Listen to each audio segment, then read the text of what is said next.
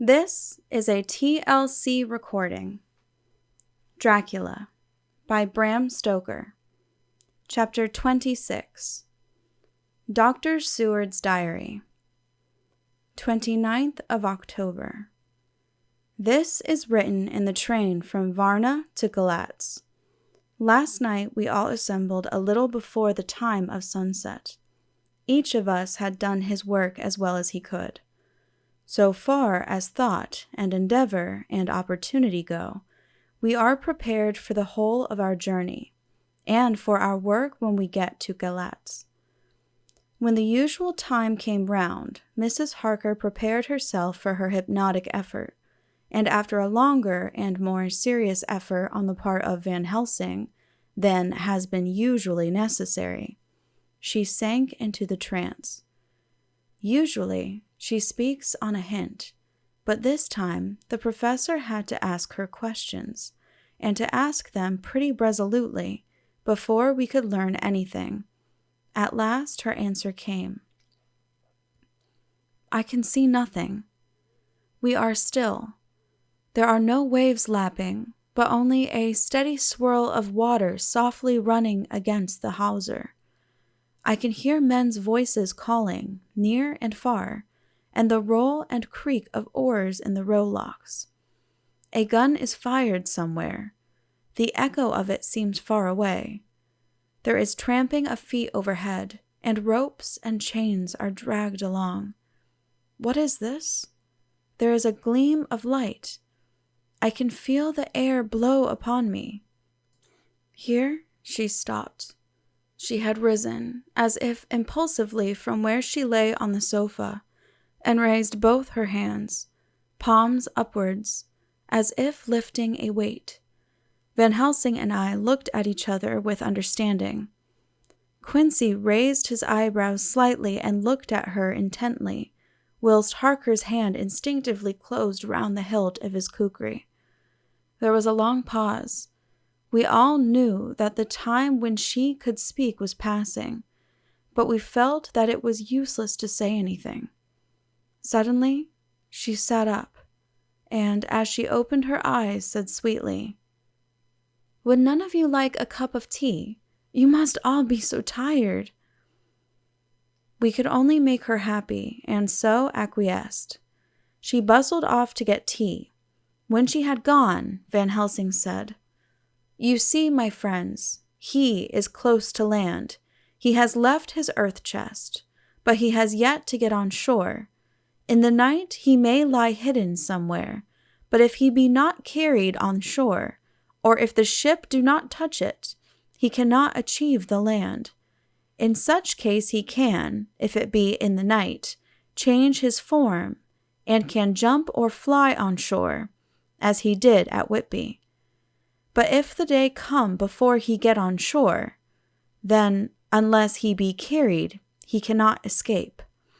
And if he be carried, then the customs men may discover what the box contain. Thus, in fine, if he escape not on shore tonight, or before dawn, there will be the whole day lost to him. We may then arrive in time, for if he escape not at night, we shall come on him in daytime, boxed up and at our mercy, for he dare not be his true self, awake and visible, lest he be discovered." There was no more to be said, so we waited in patience until the dawn, at which time we might learn more from Mrs. Harker. Early this morning we listened, with breathless anxiety, for her response in her trance. The hypnotic stage was even longer in coming than before, and when it came, the time remaining until full sunrise was so short that we began to despair. Van Helsing seemed to throw his whole soul into the effort. At last, in obedience to his will, she made reply. "All is dark. I hear lapping water, level with me, and some creaking as of wood on wood." She paused, and the red sun shot up. We must wait till tonight. And so it is that we are traveling towards Galatz in an agony of expectation. We are due to arrive between 2 and 3 in the morning, but already, at Bucharest, We are 3 hours late, so we cannot possibly get in till well after sunup. Thus, we shall have 2 more hypnotic messages from Mrs. Harker. Either or both may possibly throw more light on what is happening. Later. Sunset has come and gone. Fortunately, it came at a time when there was no distraction, for it had occurred whilst we were at a station. We might not have secured the necessary calm and isolation. Mrs. Harker yielded to hypnotic influence even less readily than this morning. I am in fear that her power of reading the Count's sensations may die away, just when we want it most. It seems to me that her imagination is beginning to work. Whilst she has been in the trance hitherto, she has confined herself to the simplest of facts. If this goes on, it may ultimately mislead us. If I thought that the Count's power over her would die away equally with her power of knowledge, it would be a happy thought, but I am afraid that it may not be so. When she did speak, her words were enigmatical. Something is going out. I can feel it pass me like a cold wind. I can hear, far off, confused sounds, as of men talking in strange tongues, fierce falling water, and the howling of wolves. She stopped, and a shudder ran through her, increasing in intensity for a few seconds, till at the end she shook as though in a palsy. She said no more, even in answer to the professor's imperative questioning. When she woke from the trance, she was cold and exhausted and languid, but her mind was all alert. She could not remember anything, but asked what she had said. When she was told, she pondered over it deeply for a long time and in silence. 30th of October, 7 a.m. We are near Galatz now, and I may not have time to write later. Sunrise this morning was anxiously looked for by us all. Knowing of the increasing difficulty of procuring the hypnotic trance, Van Helsing began his passes earlier than usual. They produced no effect, however, until the regular time, when she yielded with a still greater difficulty, only a minute before the sun rose.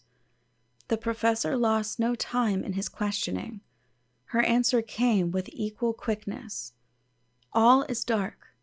I hear water swirling by, level with my ears, and the creaking of wood on wood. Cattle low far off. There is another sound, a queer one, like... She stopped and grew white, and whiter still.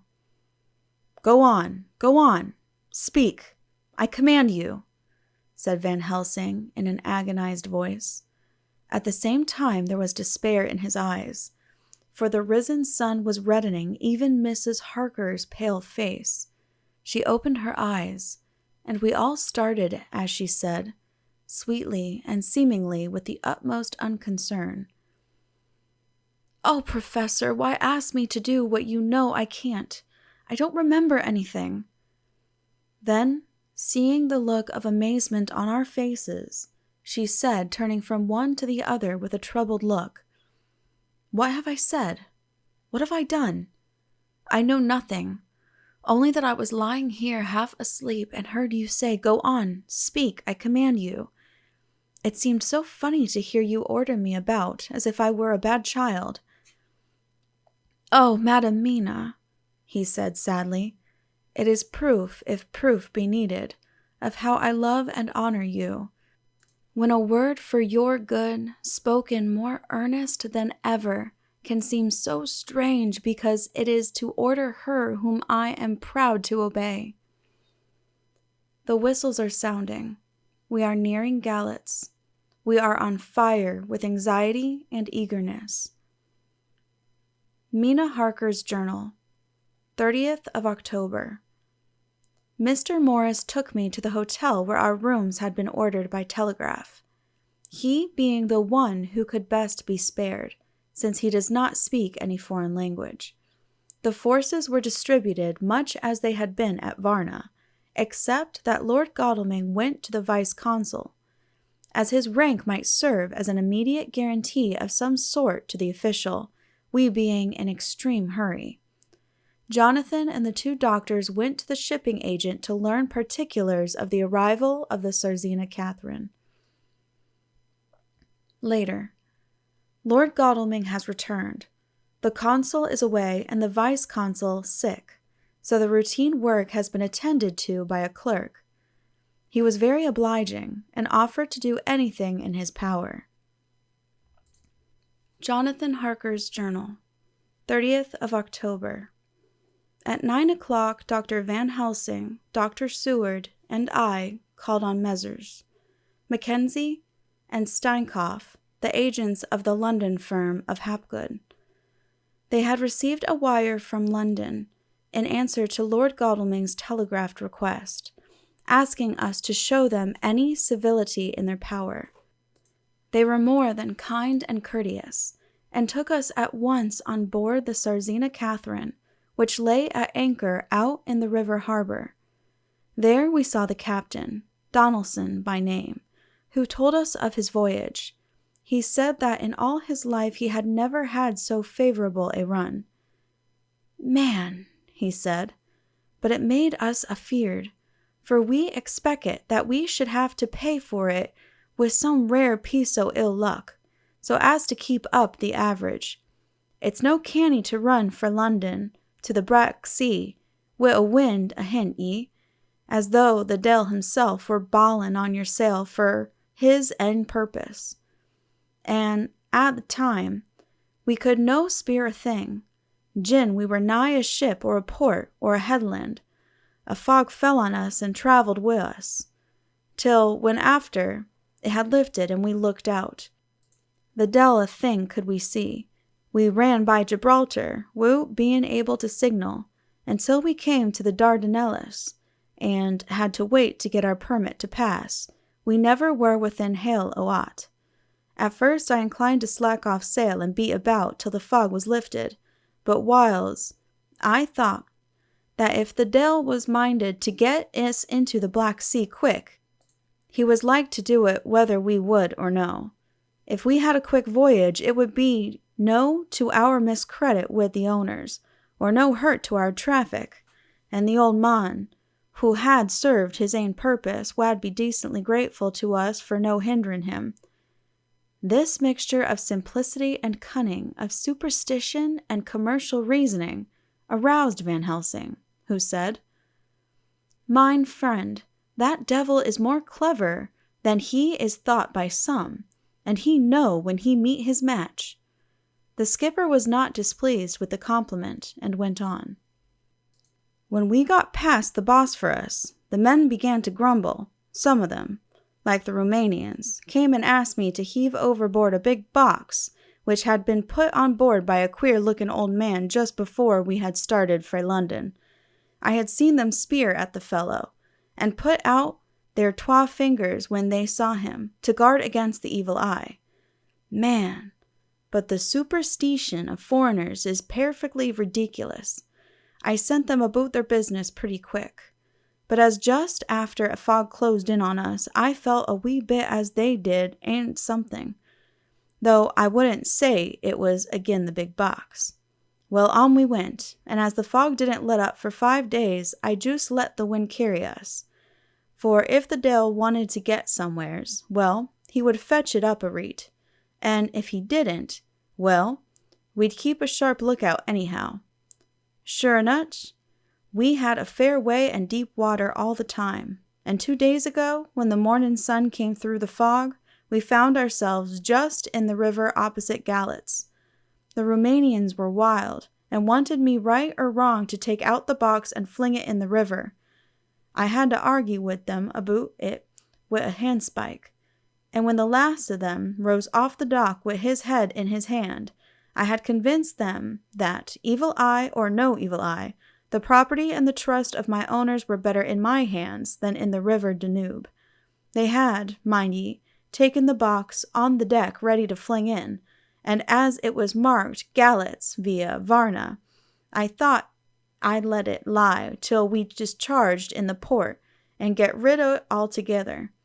We didn't do much clearing that day, and had to remain the night at anchor, but in the morning, broad and early, an hour before sunup, a man came aboard with an order, written to him from England, to receive a box marked for one Count Dracula.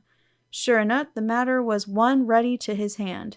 He had his papers, a reet, and glad I was to be rid of the damn thing, for I was beginning mazel to feel uneasy at it. If the Dale did have any luggage aboard the ship, I'm thinking it was nane ither than that same. What was the name of the man who took it? Asked Dr. Van Helsing, with restrained eagerness. I'll be telling you quick, he answered, and stepping down to his cabin, produced a receipt signed Emanuel Hiddlesheim. Bergenstrasse 16 was the address. We found out that this was all the captain knew, so with thanks we came away. We found Hiddlesheim in his office, a Hebrew of rather the Adelphi theater type, with a nose like a sheep and a fez. His arguments were pointed with specie, we doing the punctuation, and with a little bargaining he told us what he knew. This turned out to be simple but important.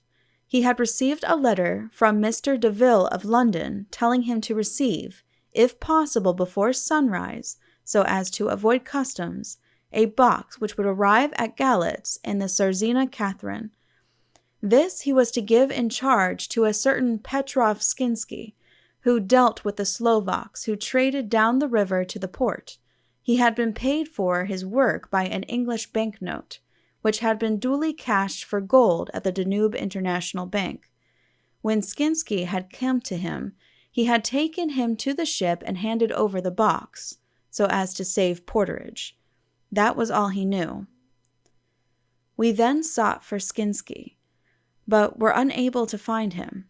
One of his neighbors, who did not seem to bear him any affection, said that he had gone away 2 days before, no one knew whither. This was corroborated by his landlord, who had received by messenger the key of the house together with the rent due in English money. This had been between 10 and 11 o'clock last night. We were at a standstill again. Whilst we were talking, one came running and breathlessly gasped out that the body of Skinski had been found inside the wall of the churchyard of St. Peter, and that the throat had been torn open as if by some wild animal.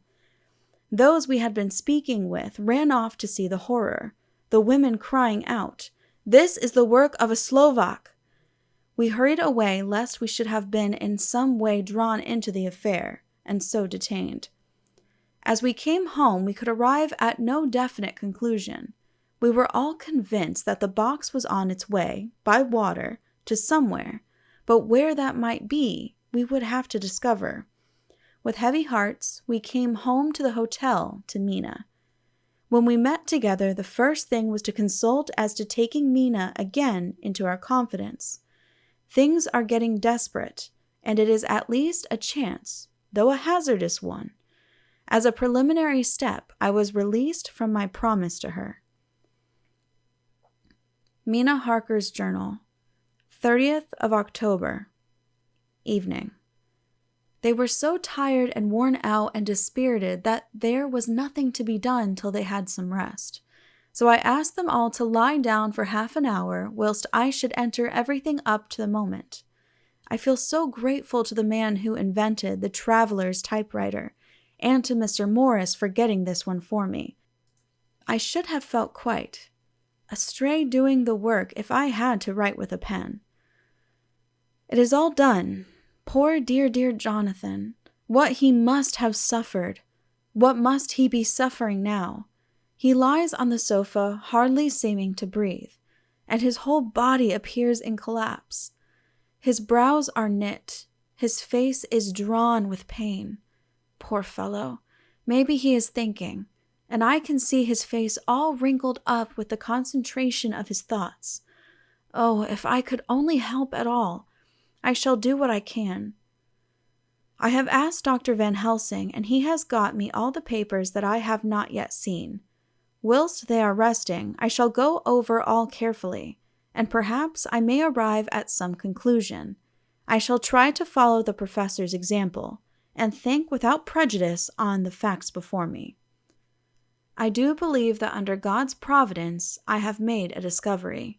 I shall get the maps and look over them. I am more than ever sure that I am right. My new conclusion is ready, so I shall get our party together and read it. They can judge it. It is well to be accurate, and every minute is precious. Mina Harker's memorandum, entered in her journal. Ground of inquiry. Count Dracula's problem is to get back to his own place. A. He must be brought back by someone. This is evident, for had he power to move himself as he wished, he could go either as man, or wolf, or bat, or in some other way. He evidently fears discovery or interference. In the state of helplessness in which he must be, confined as he is between dawn and sunset in his wooden box. B. How is he to be taken? Here a process of exclusions may help us. By road? By rail? By water? 1. By road. There are endless difficulties, especially in leaving the city. X. There are people, and people are curious, and investigate. A hint, a surmise, a doubt as to what might be in the box would destroy him. Y. There are, or there may be, customs and octroi officers to pass. Z. His pursuers might follow. This is his highest fear, and in order to prevent his being betrayed, he has repelled, so far as he can, even his victim, me. 2. By rail. There is no one in charge of the box. It would have to take its chance of being delayed, and delay would be fatal, with enemies on the track. True, he might escape at night, but what would he be, if left in a strange place with no refuge that he could fly to? This is not what he intends, and he does not mean to risk it. 3. By water.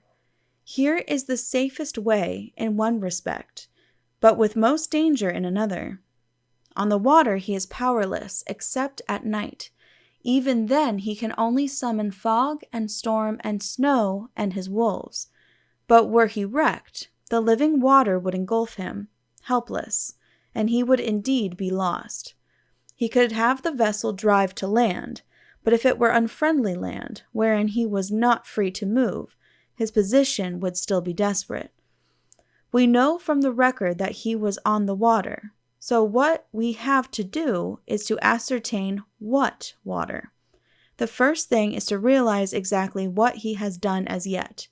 We may, then, get a light on what his later task is to be.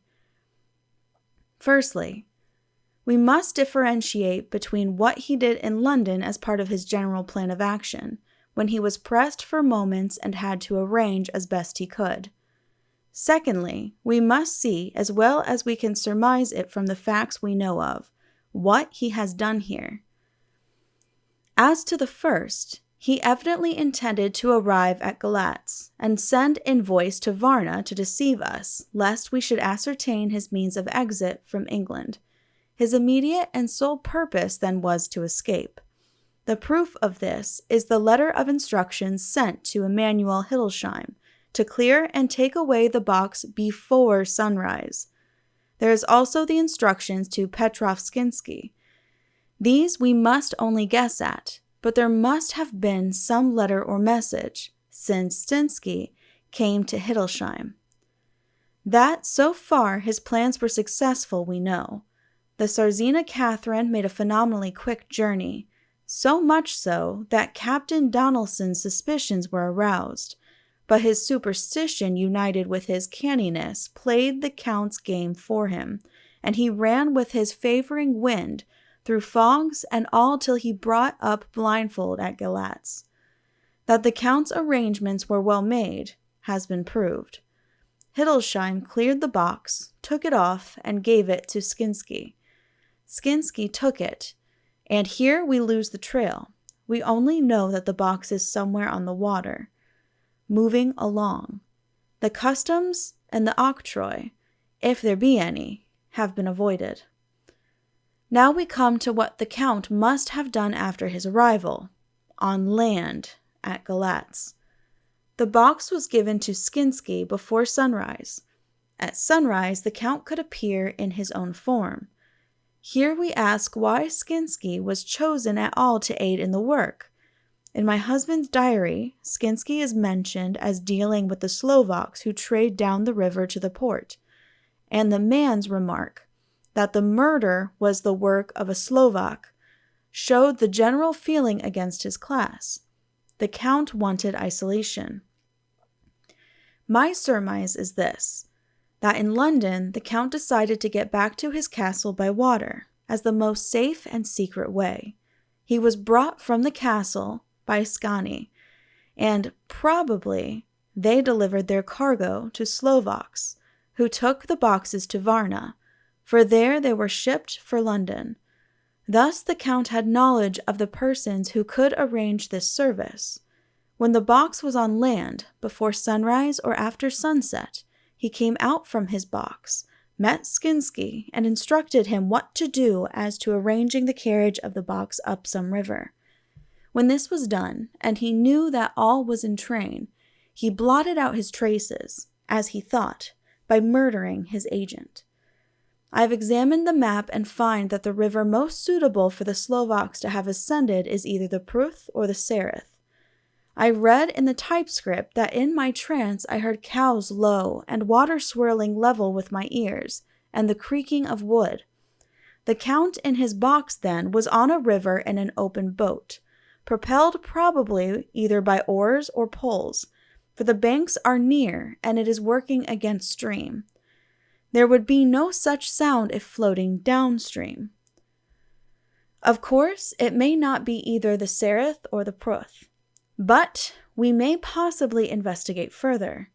Now, of these two, the Pruth is more easily navigated, but the Sereth is, at Fundu, joined by the Bistritza, which runs up round the Borgo Pass. The loop it makes is manifestly as close to Dracula's castle as can be got by water. Mina Harkers Journal continued. When I had done reading, Jonathan took me in his arms and kissed me. The others kept shaking me by both hands, and Dr. Van Helsing said, "Our dear Madam Mina is once more our teacher. Her eyes have been where we were blinded. Now we are on the track once again, and this time we may succeed.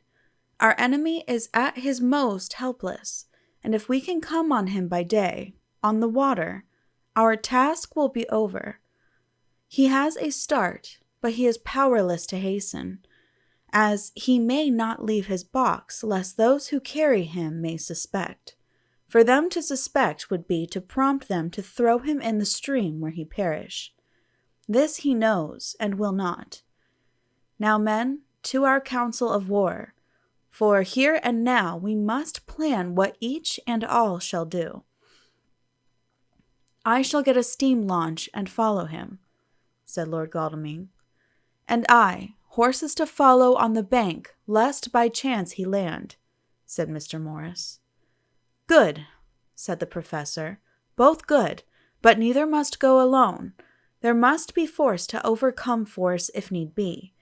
The Slovak is strong and rough, and he carries rude arms." All the men smiled, for amongst them they carried a small arsenal. Said Mr. Morris, "I have brought some Winchesters. They are pretty handy in a crowd, and there may be wolves. The Count, if you remember, took some other precautions. He made some requisitions on others that Mrs. Harker could not quite hear or understand. We must be ready at all points." Dr. Seward said, "I think I had better go with Quincy.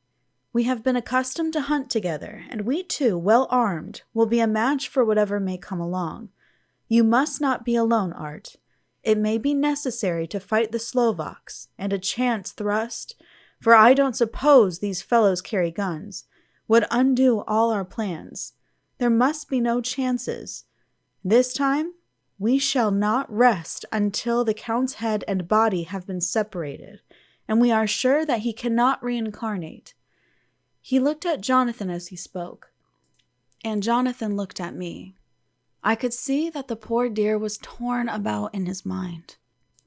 Of course he wanted to be with me, but then the boat surface would, most likely, be the one which would destroy the vampire. Why did I hesitate to write the word? He was silent a while, and during his silence Dr. Van Helsing spoke. "Friend Jonathan, this is to you for twice reasons. First, because you are young and brave and can fight, and all energies may be needed at the last, and again that it is your right to destroy him, that which has wrought such woe to you and yours. Be not afraid for Madam Mina. She will be my care, if I may. I am old. My legs are not so quick to run as once, and I am not used to ride so long or to pursue as need be, or to fight with lethal weapons. But I can be of other service. I can fight in other way, and I can die, if need be, as well as younger men. Now let me say what I would is this. While you, my Lord Godalming, and friend Jonathan, go in your so swift little steamboat up the river, and whilst John and Quincy guard the bank where perchance he might be landed, I will take Madam Mina right into the heart of the enemy's country. While the old fox is tied in his box, floating on the running stream whence he cannot escape to land, where he dares not raise the lid of his coffin box lest his Slovak carriers should in fear leave him to perish, we shall go in the track where Jonathan went, from Bistritz over the Borgo, and find our way to the castle of Dracula.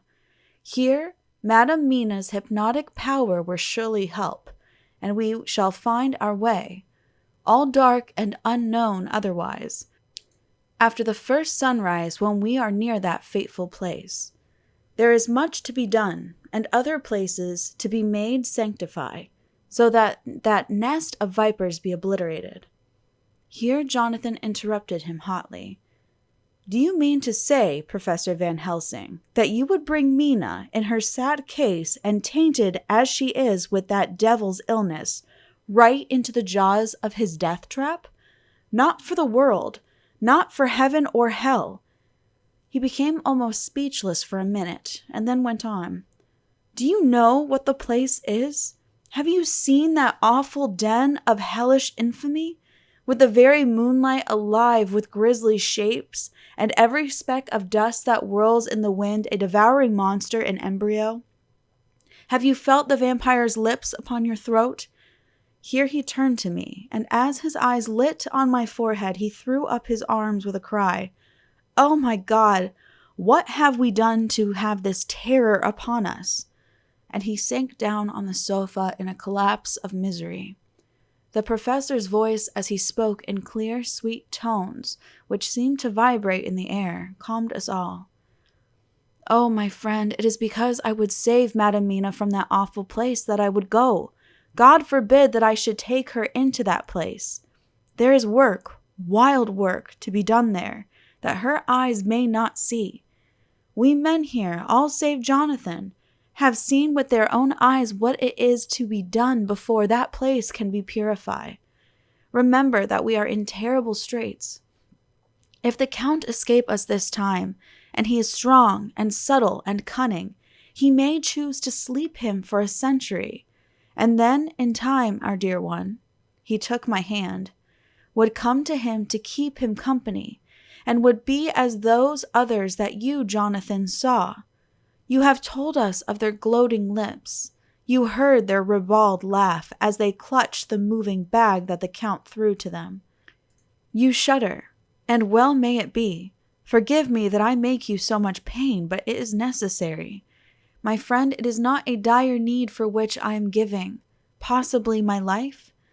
If it were that any one went into that place to stay, it is I who would have to go to keep them company."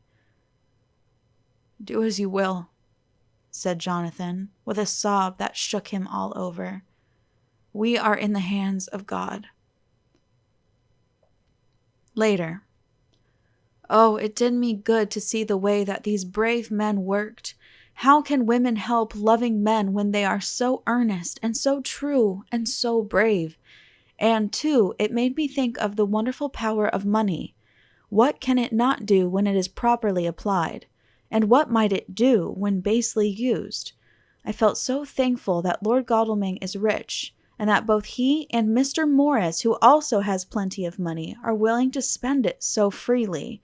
For if they did not, our little expedition could not start, either so promptly or so well equipped as it will within another hour.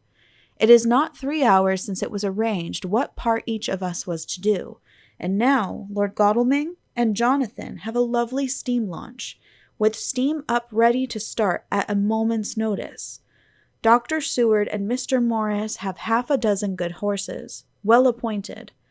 We have all the maps and appliances of various kinds that can be had.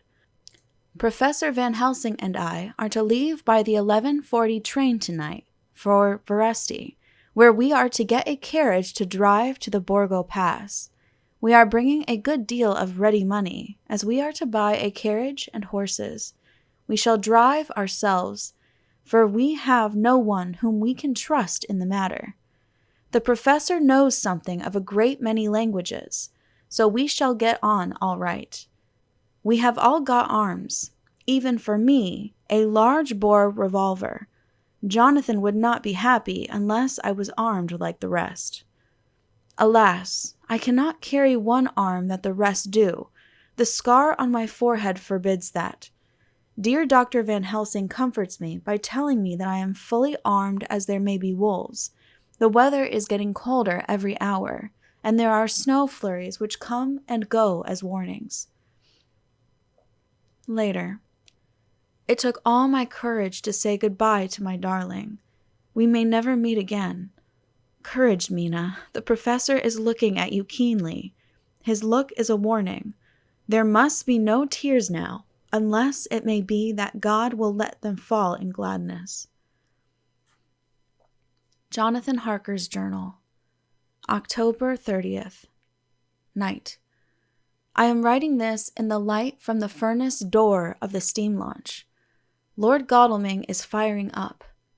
He is an experienced hand at the work, as he has had for years a launch of his own on the Thames, and another on the Norfolk Broads. Regarding our plans, we finally decided that Mina's guess was correct, and that if any waterway was chosen for the Count's escape back to his castle, the Sereth and the Bistritza at its junction would be the one. We took it, that somewhere about the 47th degree, north latitude, would be the place chosen for the crossing the country between the river and the Carpathians. We have no fear in running at good speed up the river at night. There is plenty of water, and the banks are wide enough apart to make steaming, even in the dark, easy enough. Lord Godalming tells me to sleep for a while, as it is enough for the present for one to be on watch. But I cannot sleep. How can I, with the terrible danger hanging over my darling, and her going out into that awful place? My only comfort is that we are in the hands of God.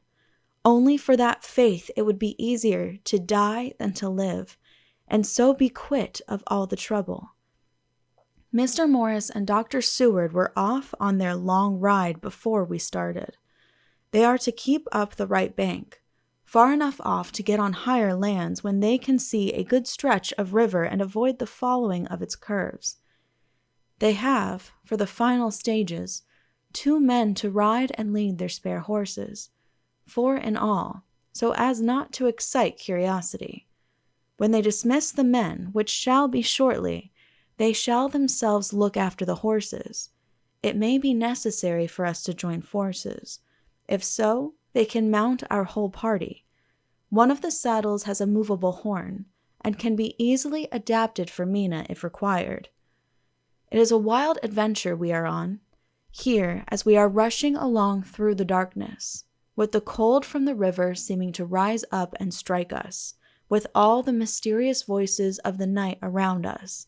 It all comes home. We seem to be drifting into unknown places and unknown ways, into a whole world of dark and dreadful things. Godalming is shutting the furnace door. 31st of October. Still hurrying along. The day has come, and Godalming is sleeping. I am on watch. The morning is bitterly cold. The furnace heat is grateful, though we have heavy fur coats. As yet, we have passed only a few open boats, but none of them had on board any box or package of anything like the size of the one we seek. The men were scared every time we turned our electric lamp on them, and fell on their knees and prayed. 1st of November. Evening. No news all day. We have found nothing of the kind we seek. We have now passed into Bystritza, and if we are wrong in our surmise, our chance is gone. We have overhauled every boat, big and little. Early this morning, one crew took us for a government boat and treated us accordingly. We saw in this a way of smoothing matters. So at Fundu, where the Bystritza runs into the Serth, we got a Romanian flag which we now fly conspicuously. With every boat which we have overhauled since then, this trick has succeeded.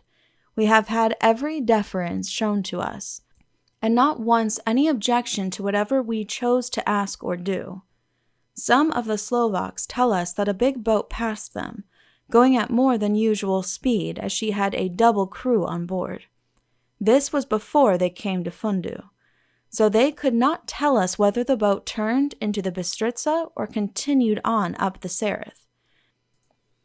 At Fundu, we could not hear of any such boat, so she must have passed there in the night. I am feeling very sleepy. The cold is perhaps beginning to tell on me, and nature must have rest some time. Godalming insists that he shall keep the first watch. God bless him for all his goodness to poor dear Mina and me. 2nd of November. Morning. It is broad daylight. That good fellow would not wake me. He says it would have been a sin to, for I slept peacefully and was forgetting my trouble. It seems brutally selfish to me to have slept so long and let him watch all night. But he was quite right. I am a new man this morning, and as I sit here and watch him sleeping, I can do all that is necessary, both as to minding the engine, steering, and keeping watch. I can feel that my strength and energy are coming back to me. I wonder where Mina is now, and Van Helsing. They should have got to Veresti about noon on Wednesday. It would take them some time to get the carriage and horses, so if they had started and traveled hard, they would be about now at the Borgo Pass. God guide and help them. I am afraid to think what may happen. If we could only go faster, but we cannot. The engines are throbbing and doing their utmost. I wonder how Dr. Seward and Mr. Morris are getting on. They seem to be endless streams running down the mountains into this river, but as none of them are very large, at present at all events, though they are terrible doubtless in winter and when the snow melts, the horsemen may not have met much obstruction. I hope that before we get to Strasbourg we may see them, for if by that time we have not overtaken the Count, it may be necessary to take counsel together what to do next. Dr. Sewards Diary. 2nd of November. 3 days on the road. No news, and no time to write it if there had been, for every moment is precious. We have had only the rest needful for the horses, but we are both bearing it wonderfully. Those adventurous days of ours are turning up useful. We must push on. We shall never feel happy till we get the launch in sight again. 3rd of November. We heard at Fundu that the launch had gone up the Bystritza. I wish it wasn't so cold.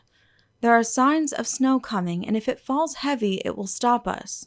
In such case, we must get a sledge and go on, Russian fashion. 4th of November. Today we heard of the launch having been detained by an accident when trying to force a way up the rapids. The Slovak boats get up all right, by aid of a rope and steering with knowledge. Some went up only a few hours before. Godalming is an amateur fitter himself, and evidently it was he who put the launch in trim again. Finally, they got up the rapids all right, with local help, and are off on the chase afresh. I fear that the boat is not any better for the accident. The peasantry tells us that after she got upon smooth water again, she kept stopping every now and again so long as she was in sight. We must push on harder than ever. Our help may be wanted soon. Mina Harkers Journal, 31st of October. Arrived at Verasti at noon. The professor tells me that this morning at dawn he could hardly hypnotize me at all, and that all I could say was, "Dark and quiet." He is off now buying a carriage and horses. He says that he will later on try to buy additional horses, so that we may be able to change them on the way. We have something more than 70 miles before us. The country is lovely and most interesting. If only we were under different conditions, how delightful it would be to see it all. If Jonathan and I were driving through it alone, what a pleasure it would be to stop and see people and learn something of their life, and to fill our minds and memories with all the color and picturesqueness of the whole wild, beautiful country and the quaint people. But alas. Later. Dr. Van Helsing has returned. He has got the carriage and horses. We are to have some dinner and to start in an hour. The landlady is putting us up a huge basket of provisions. It seems enough for a company of soldiers. The professor encourages her and whispers to me that it may be a week before we can get any good food again. He has been shopping too, and has sent home such a wonderful lot of fur coats and wraps, and all sorts of warm things. There will not be any chance of our being cold. We shall soon be off. I am afraid to think what may happen to us. We are truly in the hands of God. He alone knows what may be, and I pray him with all the strength of my sad and humble soul that he will watch over my beloved husband, that whatever may happen, Jonathan may know that I loved him and honored him more than I can say, and that my latest and truest thought will be always for him. End of chapter 26. Please click the link below to continue on to chapter 27. This has been a TLC recording. Thank you for listening, and please be sure to subscribe.